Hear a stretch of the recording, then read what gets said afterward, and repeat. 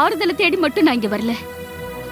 6 வருஷம் ஆகியும் உங்களுக்கு குழந்தை இல்லையேங்கிற கவலை எனக்குள்ள இருந்துச்சு.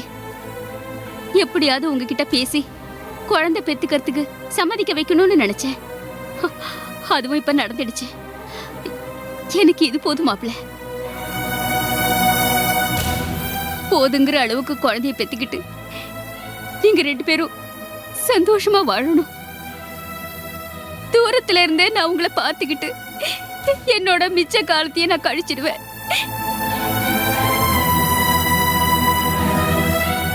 பூஜா, அத்தை எங்கேயும் போக வேண்டான்னு சொல்லு. நம்மளையும் குழந்தையும் பார்த்துக்கிட்டு இங்கே இருக்க சொல்லு. செஞ்ச தப்புக்கு அவங்க உங்ககிட்ட மன்னிப்பு கேட்டாங்க. மனசு திருந்தி உங்க கூட வாழணும்னு நினைக்கிறாங்க. இங்கே பாரு, நீ அழகா இருப்பியா கலரா இருப்பியான்னு எனக்கு தெரியாது. ஆனால் என் பொண்டாட்டி நல்ல மனசிக்கிற சந்தோஷம் மட்டுமே எனக்கு எப்பவும் இருக்கு. அந்த சந்தோஷத்தை நீ இப்போ பொய்யாக்கிடாத.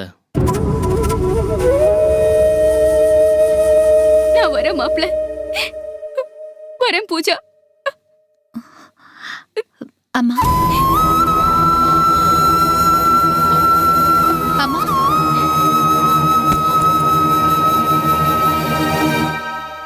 என்னைய அம்மான்னு கூப்பிட்டேன். ஆமாம்மா, உன்னதான் கூப்பிட்டேன். நீ இந்த வார்த்தையை சொல்லி என்ன கூப்பிட மாட்டியான்னு நான் எவ்வளவு காலமா ஏங்கிட்டு இருந்தேன் தெரியுமா? இன்னைக்கு என் ஏக்கமெல்லாம் நிறைவேறிடுச்சுடு. இது போதும் எனக்கு, இது போதும். இந்த சந்தோஷத்தோடயே நான் கண்ணை மூடிடுறேன்டி. அதுக்குள்ள உன்னை யாருமா போக விட்டா? கன்சீவா இருக்க உன் பொண்ணை பாத்துக்கணும், உன் பேர் பிள்ளைய வளர்க்கணும், ஸ்கூலையும் பாத்துக்கணும். இவ்வளவு வேலையை விட்டுட்டு நீ எப்படி போவ? பூஜா, பூஜா. அம்மா, இவ்வளவு நாளா உன்னை புரிஞ்சுக்காம உன்னை ரொம்ப கஷ்டப்படுத்திட்டேன். என்னை மன்னிச்சிருமா. இது வரைக்கும் போனதெல்லாம் போட்டுண்டி. நீ என்ன புரிஞ்சு ஏத்துக்கிட்டியே, அதுலயே என் கஷ்டமெல்லாம் மறைஞ்சு போச்சுடி. இனிமே நீ, நான், மாப்பிள்ள, பேரு, குழந்தைங்க எல்லாரும் ஒண்ணா சந்தோஷமா இருப்போண்டி. சந்தோஷமா இருப்போண்டி.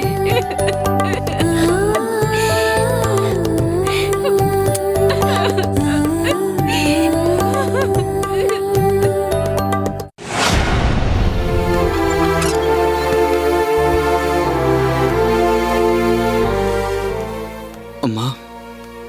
என்னப்பா? உங்களுக்கு ஒன்றும் வருத்தம் இல்லையம்மா? வருத்தம் இல்லைன்னு சொன்னா அது பொய்யாயிடும்டா.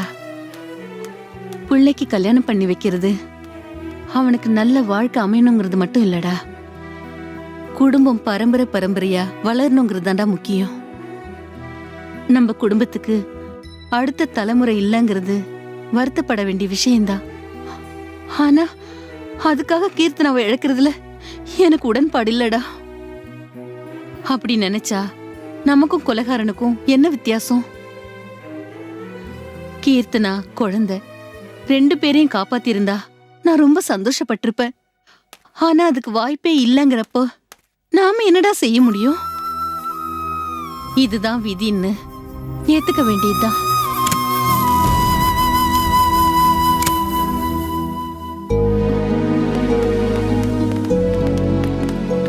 மிஸ்டர் ரவி, எந்த காம்ப்ளிகேஷனும் இல்லாம அபார்ஷன் நல்லபடியா முடிஞ்சிருச்சு. நாளையில இருந்து ஹீமோதெரபி ஸ்டார்ட் பண்ணிடலாம்.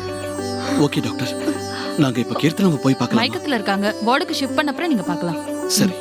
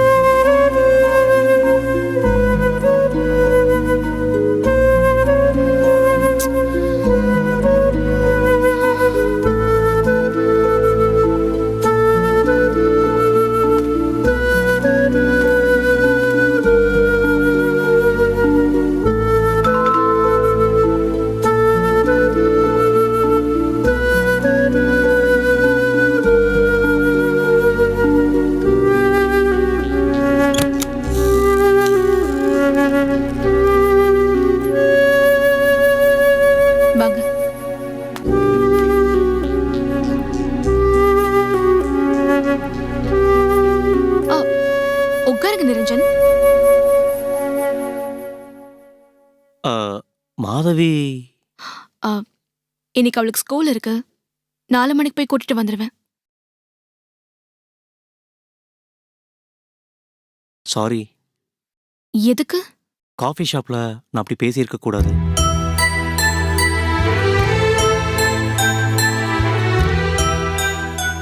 நீங்க திடீர்னு அப்படி கேட்டதும் எனக்கும் ஷாக் தான். அதனால தான் நான் உடனே கோவப்பட்டுட்டேன். நீ தினமா யோசிச்சு பார்த்தப்போ உங்க பக்கமும் நியாயம் இருக்குன்னு புரிஞ்சுது. சரி நிரஞ்சன், நம்ம 2 பேரும் ஃப்ரெண்ட்லியா பழகுறோம், மனசை விட்டு பல விஷயங்களை ஷேர் பண்ணிக்கிறோம். அண்ட் இந்த ரிலேஷன்ஷிப் நமக்கு பிடிச்சிருக்கு. நம்மளோட நெருக்கம் அதிகமாகறப்போ இந்த மாதிரி எண்ணங்கள் வர்றது சகஜம்தான்.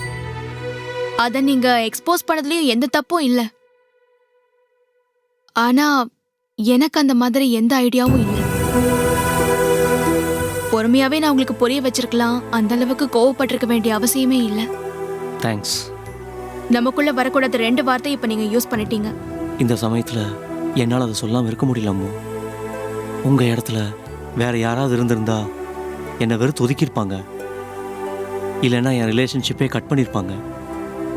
ஆனால் நடந்தது இவ்வளோ இயல்பாக எடுத்துக்கிட்டு நீங்கள் எப்பவும் போல பேசுறது எனக்கு ரொம்ப ஆச்சரியமா இருக்கமோ. இதுல என்ன இருக்கு நிரஞ்சன்? உங்க மனசுல இருக்கிற ஆசையை நீங்க சொன்னீங்க, நான் முடியாதுன்னு சொல்லிட்டேன். அதோட அந்த விஷயம் முடிஞ்சு போச்சு. நம்ம ஃப்ரெண்ட்ஷிப்க்கு நடுவுல அது ஒரு உறுத்தலா இருக்கக்கூடாதுன்னு தான் நான் நினைக்கிறேன். நிரஞ்சன், தப்பு பண்ணிட்டோங்கிற கில்ட்டி ஃபீலிங்கும் சங்கடமும் உங்களுக்கு இருக்கும்னு எனக்கு புரியுது. அதெல்லாம் இப்பவே இந்த நிமிஷமே தூக்கி போட்டுருங்க. எப்பவும் போல என்கிட்ட சகஜமா ஃப்ரீயா இருங்க. ஏன்னா உங்க ஃப்ரெண்ட்ஷிப் எனக்கு ரொம்ப முக்கியம். அதை எந்த சூழ்நிலையும் இழக்கிறதுக்கு நான் விரும்பல. நம்ம நட்பு இதோட முடிஞ்சிருச்சுன்னு தான் நினைச்சேன். நீங்க அதுக்கு திரும்பவும் உயிர் கொடுத்துருக்கீங்க. ரொம்ப சந்தோஷமா இருக்காமோ. ஃப்ரெண்ட்ஷிப் விஷயத்துல இவ்வளோ தெளிவா இருக்கிற நீங்க உங்க வாழ்க்கையில் மட்டும் ஏன் இவ்வளோ குழப்பத்தோட இருக்கீங்க? அதுல ஏன் உங்களால ஒரு தெளிவான முடிவு எடுக்க முடியல? நீங்களும் வாழாம அவரையும் வாழ விடாம ஏன் இப்படி பிடிவாதம் பிடிச்சிட்டு இருக்கீங்க?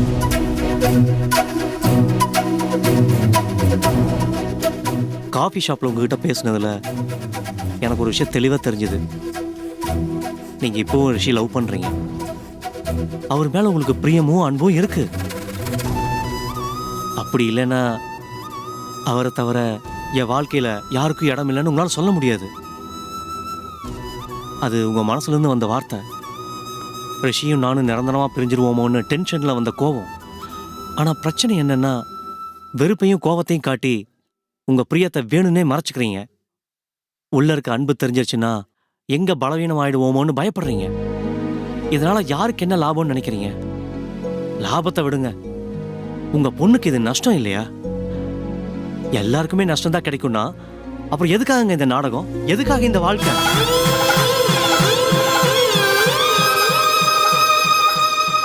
ரிஷி மேல உங்களுக்கு இருக்கிற முக்கியமான கம்ப்ளைண்ட் என்ன? உங்களை உதறி தள்ளிட்டு அவர் இன்னொரு பொண்ணுகிட்ட ப்ரப்போஸ் பண்ணிட்டாருங்கிறது தானே? அவர் மேல நீங்க அந்த குற்றச்சாட்டை வைக்கிறது எந்தவித நியாயமே இல்லைன்னு தாங்க எனக்கு தோணுது. ஏன்னா அவர் அந்த முடிவை கொண்டு போனதே நீங்க தானே. இருங்க முழுசா என்ன பேச விடுங்க. கொஞ்ச நேரத்துக்கு முன்னால நீங்க சொன்ன விஷயத்தையே நான் வேற மாதிரி திருப்பி சொல்றேன். பூஜாவும் ரிஷியும் ஃப்ரெண்ட்லியா பழகுனாங்க, மனசை விட்டு பல விஷயங்களை ஷேர் பண்ணிக்கிட்டாங்க. அந்த ரிலேஷன்ஷிப் அவங்களுக்கு பிடிச்சிருந்துச்சு. அப்ப இருந்த சூழ்நிலையில ரிஷிக்கு உங்களுக்கு டேர்ம்ஸ் சரியில்லை, கிட்டத்தட்ட பிரியலாங்கிற முடிவுக்கு வந்துட்டீங்க. இன்னொரு பக்கம் பூஜாவோட நெருக்கம் அவருக்கு அதிகமாயிட்டே இருந்துச்சு. அந்த நெருக்கம் அதிகமாகும் போது அவங்களோட சேர்ந்து வாழணுங்கிற எண்ணம் அவங்க மனசுல வர்றது சகஜம் தானே. அதை ரிஷி எக்ஸ்போஸ் பண்ணதுல என்ன தப்பு இருக்கு? என் ஆசை நியாயம்னு ஏத்துக்க முடிஞ்ச உங்களால ரிஷி பக்கம் இருக்கிற நியாயத்தை ஏன் ஏத்துக்க முடியல? எவ்வளவு காலம் யோசிச்சாலும் உங்களால இதுக்கு பதில் சொல்ல முடியாது. அன்னைக்கு இருந்த கோவத்துல நீயும் வேண்டாம் உன் வாழ்க்கையும் வேண்டான்னு தூக்கி எறிஞ்சிட்டு வந்துட்டீங்க. ஆனா இப்ப நிதானமா அந்த முடிவை போஸ்ட்போன் பண்ணி பாருங்க. எவ்வளவு அபத்தமான முடிவு எடுத்திருக்கீங்கன்னு உங்களுக்கே புரியும். நான் ஏற்கனவே பல தடவை அதை யோசனை பண்ணி பார்த்திருக்கேன். என் முடிவு சரிதானே எனக்கு இப்பவும் தோணுது. உங்க இடத்துல இருந்து பாக்குறப்ப அது சரியாவே இருக்கும். அதனால என்ன சாதிச்சீங்க? என்னாலேயே தனியா வாழ முடியும்னு இந்த சமூகத்துக்கு காட்டினீங்க. மாதவியை பிரிச்சு கூட்டிட்டு வந்து ரிஷியை நோக்கடிச்சீங்க. இதெல்லாம் உங்க ஈகோவை திருப்திப்படுத்தியிருக்கோம். ஆனா உங்களுக்கும் உங்க பொண்ணுக்கும் சந்தோஷம் கிடைச்சதா? அப்பா கூட இருக்கிறது தான் சந்தோஷம்னு மாதவி ஒத்துக்குவா. குழந்தைகளுக்கு பொய் சொல்ல தெரியாதுங்க. நான் சந்தோஷமா தான் இருக்கணான்னு நீங்களே உங்களை கேள்வி கேட்டுக்கிட்டு மனசாட்சிப்படி அதுக்கு பதில் தேடி பாருங்க. நிச்சயமா உங்களுக்கு பாசிட்டிவான பதில் கிடைக்காது. மனுஷனுக்கு வாழ்க்கையில சந்தோஷம் ரொம்ப முக்கியங்க. அது இல்லாம வாழ்றதுல எந்த அர்த்தமும் இல்லை. ஈகோவும் பிடிவாதமும் நமக்கு வெற்றியையும் குரூர புத்தியும் தரலாம். ஆனா என்னைக்குமே சந்தோஷத்தை தர முடியாது. அன்பு காதல் மட்டும்தாங்க சந்தோஷத்தை அடையிறதுக்கு ஒரே வழி. வேற எந்த குறுக்கு வழியிலையும் அதை அடைய முடியாது. நம்ம ஆயுதம் என்னங்கிறத எதிரிதான் தீர்மானிக்கிறான்னு சொல்லுவாங்க. வாழ்க்கையும் அப்படிதான். அன்பை காட்டுறதுக்கு பதிலா நீங்க ஈகோவை கையில் எடுத்தீங்க. ரிஷியும் பதிலுக்கு அதே ஈகோவை தான் கையில் எடுத்துக்கிட்டாரு. அந்த ஈகோ மோதல்ல வந்தது தான் எல்லா பிரச்சனையும். ஈகோவை தூக்கி போட்டுட்டு அன்பை முன்னால வைங்க. ரிஷியும் அதே அன்போட உங்களை சந்தோஷமா வச்சுப்பாரு. நான் இப்ப சொன்னதையெல்லாம் அவசரப்படாம எந்தவித குழப்பமும் இல்லாம நிதானமா பொறுமையா யோசிச்சு பாருங்க. எது சரி எது தப்புங்கிறத உங்களாலே புரிஞ்சுக்க முடியும். அப்ப நான் வரேன்.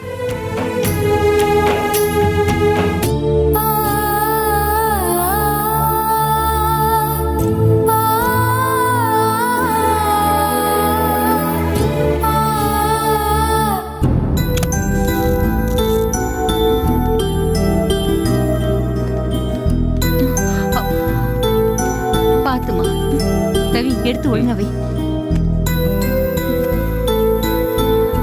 பாத்துமா.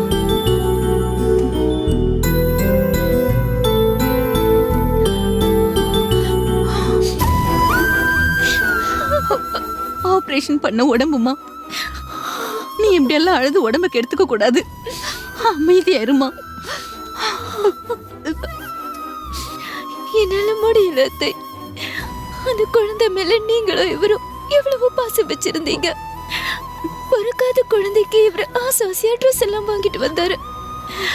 கோயில்ல இருக்கிறப்போ குழந்தைய பத்தி நீங்க எவ்வளவு ஆசையா பேசுறீங்க.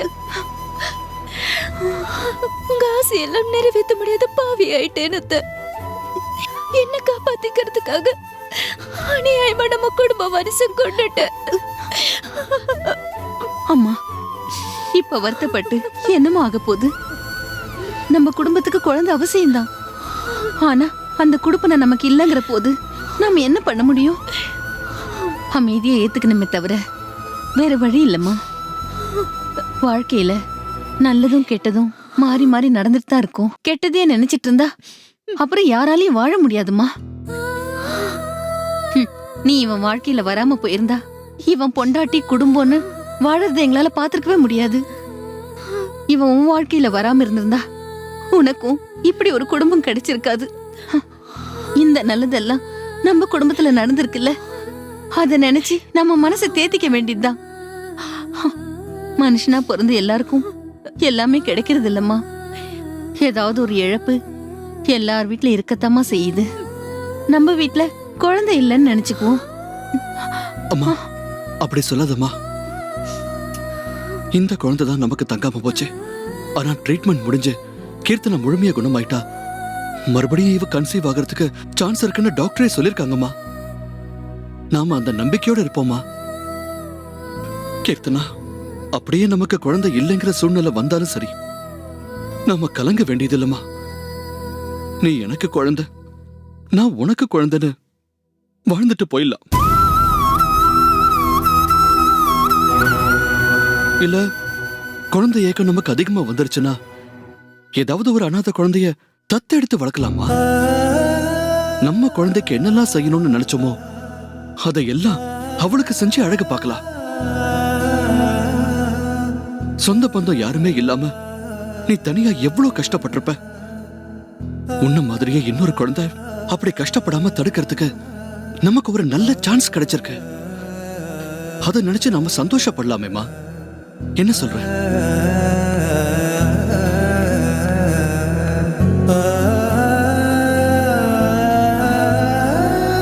சொல்லுமா, என்ன உன் முடிவு? சரிங்க.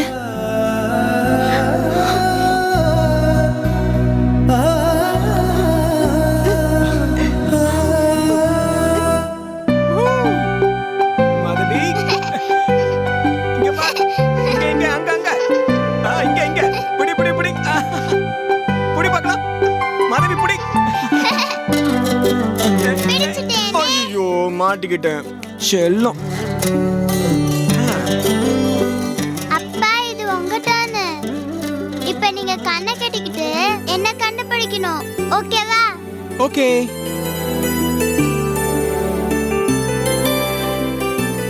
கட்டியாச்சா? முடிஞ்சது. ஐ அம் ரெடி. இது எத்தனை? 3. ஐயோ 4. இது எத்தனை? 6.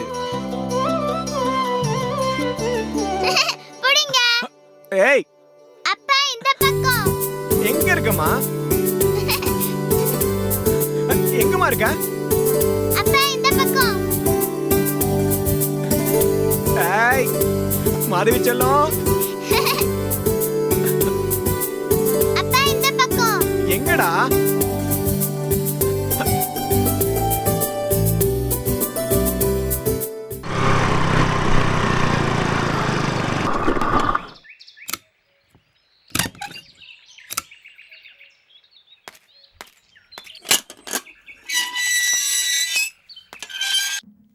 மாதவி, மாதுக்குட்டி, செல்லக்குட்டி. ஏய், புடிச்சிட்டேன், புடிச்சிட்டேன், புடிச்சிட்டேன்.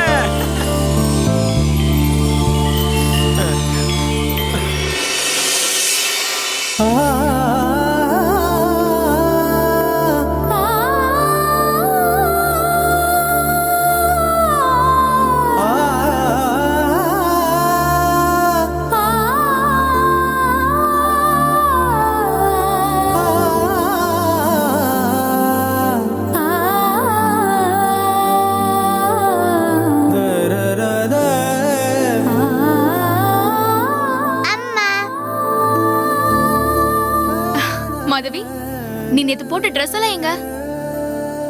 ரூம்ல இருக்குமா? சரி வாங்க நம்ம அதை எடுத்துக்கலாம்.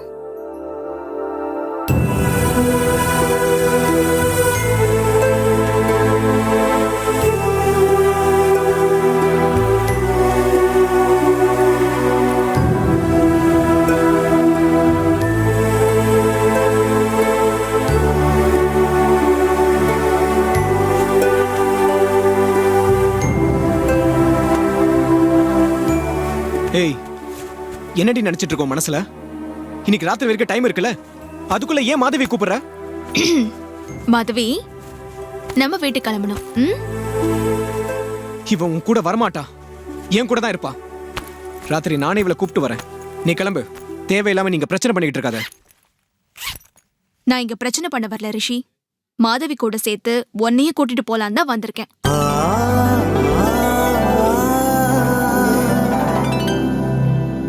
என்ன உளர்ற? நான் உளரல ரிஷி, உண்மைதான் சொல்றேன். நான் தனியா இருக்கிறதா இல்ல. நீ, நான், மாதவி எல்லாரும் ஒன்னா ஒரே வீட்ல இருக்கலாம். அம்மா நிஜமாவா சொல்ற? ம். தேங்க்ஸ்மா.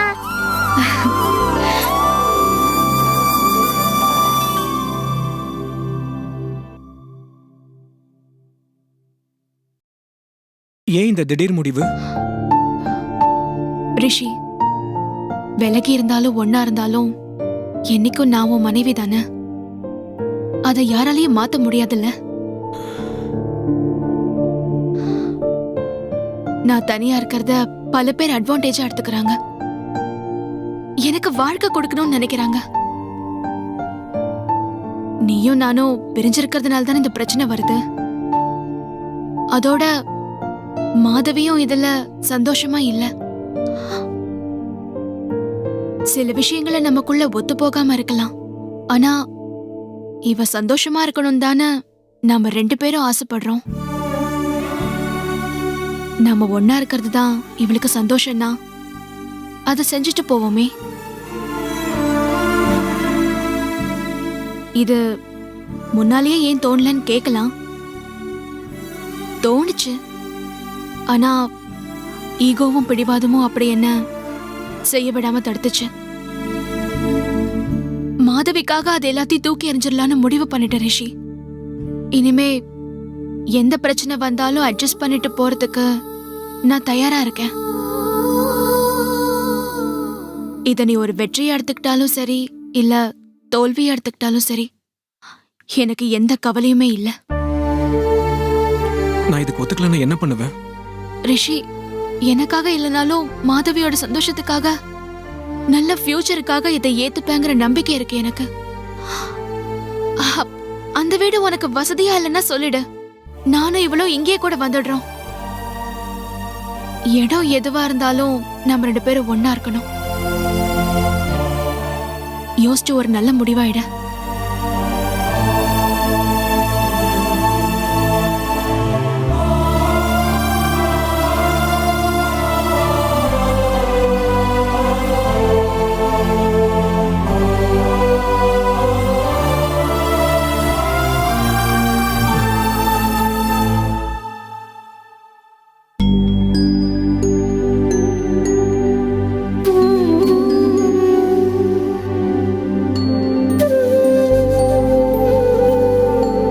என்ன ரிஷி அப்படி பார்க்குறீங்க?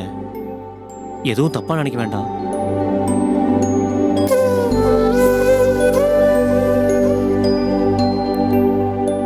அம்மு உங்களை தேடி இங்கே வரும்போதே அவங்க ஒரு நல்ல முடிவு எடுத்திருப்பாங்கன்னு எனக்கு தெரியும். நீங்கள் 2 பேரும் ஒன்றா இருக்கும்போது நிறைய சண்டை போட்டிருக்கலாம், கோவப்பட்டிருக்கலாம். ஆனால் அதையெல்லாம் தாண்டி உங்களுக்குள்ள இன்னும் காதல் இருக்கு.